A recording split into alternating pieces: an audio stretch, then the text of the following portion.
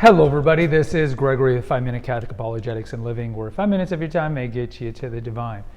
Today we're just going to talk about maybe things that we shouldn't be saying at a particular judgment, and maybe the number one question that Christ will ask us when we are there. Now before we begin, let's start with a prayer. In nomine Patris et Filii et Spiritui Sancti. Amen. Gloria Patri et Filio et Spiritui Sancto, sicut erat in principio et nunc et semper et in saecula saeculorum.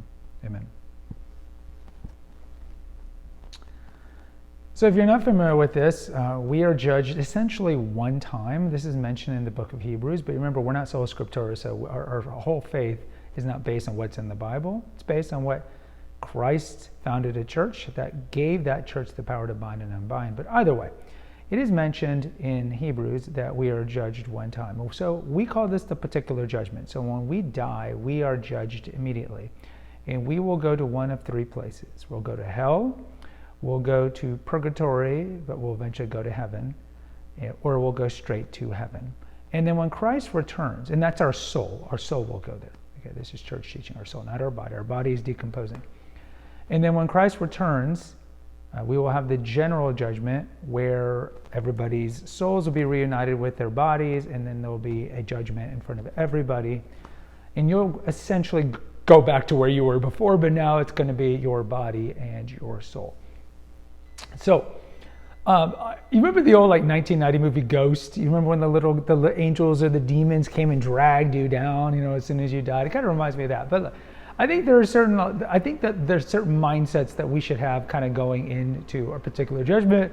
Many of us won't know when we're dying. It could be very sudden, like a car accident. Others could be a protracted illness, and we can prepare with last rites and whatnot. But either way, I think obviously that the best way to kind of prepare is have humility. Think of the Jesus prayer, Lord Jesus Christ, Son of the living God, have mercy on me, a sinner. So when we are judged, and Christ is the judge, he will judge us. I mean, we don't know, there's not official church teaching like who else will be there. It could be Mary, it could be saints, whoever, angels. But you do a little speculative theology and assume that our guardian angel will be there at the least, and then Christ is our judge, and he will judge us. So probably the worst way to kind of respond to a particular judgment is be like, I deserve to go straight to heaven. Or, just to say, I deserve to go to heaven. Wow, that's like the sin of presumption, right? We're not Protestants who believe in once saved, always saved.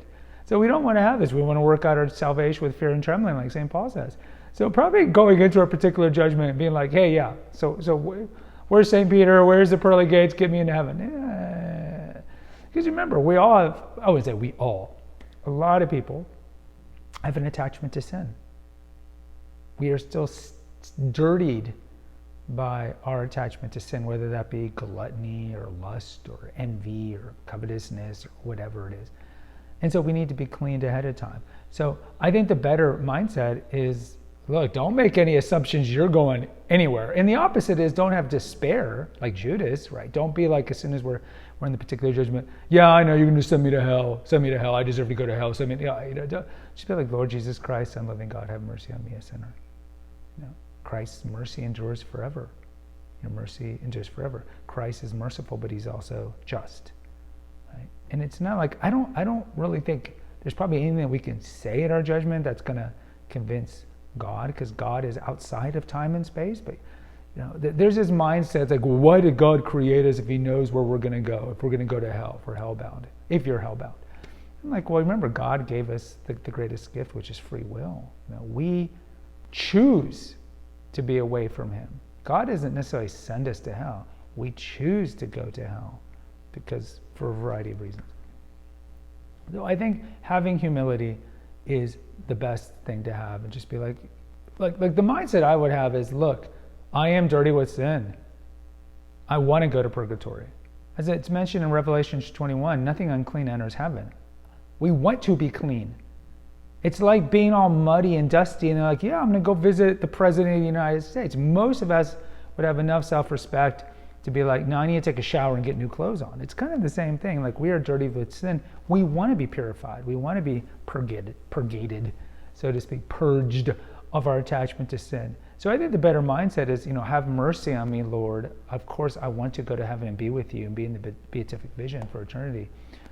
But I have stains of sin, and I need to be clean for either the temporal punishment of the sins that were forgiven or for venial sins. But either way, I need to be clean before I go.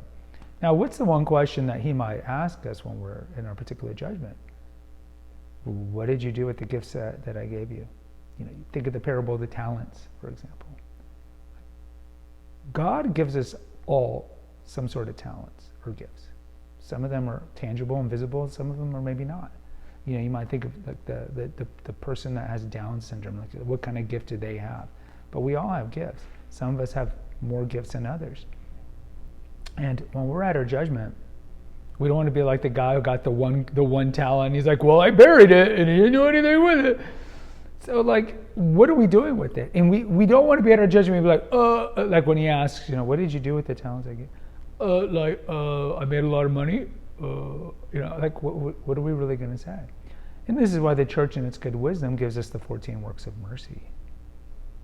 And if you look at the 14 works of mercy, they're divided into spiritual and corporal. The corporal works are best epitomized by Matthew 25, the separation of the goats and the sheep, the judgment of nations. We feed the hungry and whatnot. And then the spiritual works of mercy, admonishing the sinner and informing the ignorant, praying for the dead. So we need to be doing these things. So it's not like you have to do all 14 works of mercy every day. And certainly there's going to be certain phases in your life where maybe you're able to do one more than the other. Like I think when I was in campus ministry in college, I used to volunteer to overnight homeless shelter and be there overnight. And it's harder for me to do that now, clearly, because I'm a teacher and I run the tea shop here as well. But you think of the spiritual works of mercy. The spiritual works of mercy are arguably easier to do because the other ones, look, you can give money or food to homeless people. I would probably recommend the latter and not to give them money. But with the spiritual works of mercy, taking wrongdoings justly. That's bearing wrongdoings justly. We do that pretty much every day, right? But you can pray for the dead. You can inform the ignorant. That's one of the reasons I have this channel. So whatever phase or season you are in your life, the works of mercy are important. Now, we're not Pelagianists. We denounced that heresy 1,700 years ago. We don't believe works get us into heaven. Grace is free, so to speak, for us, but we must cooperate with that grace. And part of that cooperation with grace is that the works of mercy are going to want to come out when we have a true relationship with Jesus Christ.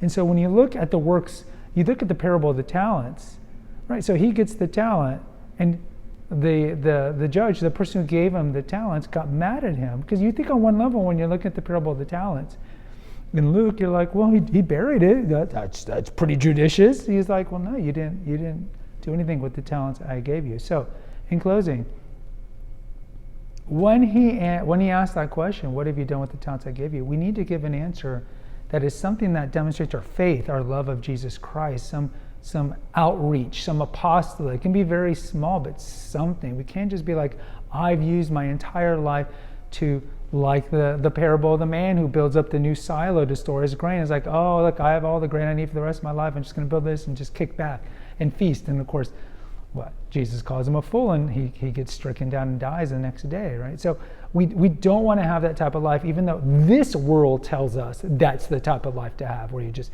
make wealth and have all this leisure. And we know there's a correlation between having a lot of money and not having any faith at all, because you have the root of all evil is the love of money, right? So the love of money, I should say, is the root of all evil. So we need to be careful with that. So we need to prep for our judgment because it's unavoidable. And I think the best way to go into our judgment is just, Lord Jesus Christ, Son of God, have mercy on me, a sinner. And when he does ask that question, if he does ask that question, we at least have some sort of answer. Guys, post in the comments. I'd love to hear from you. Until next time, take care and God bless.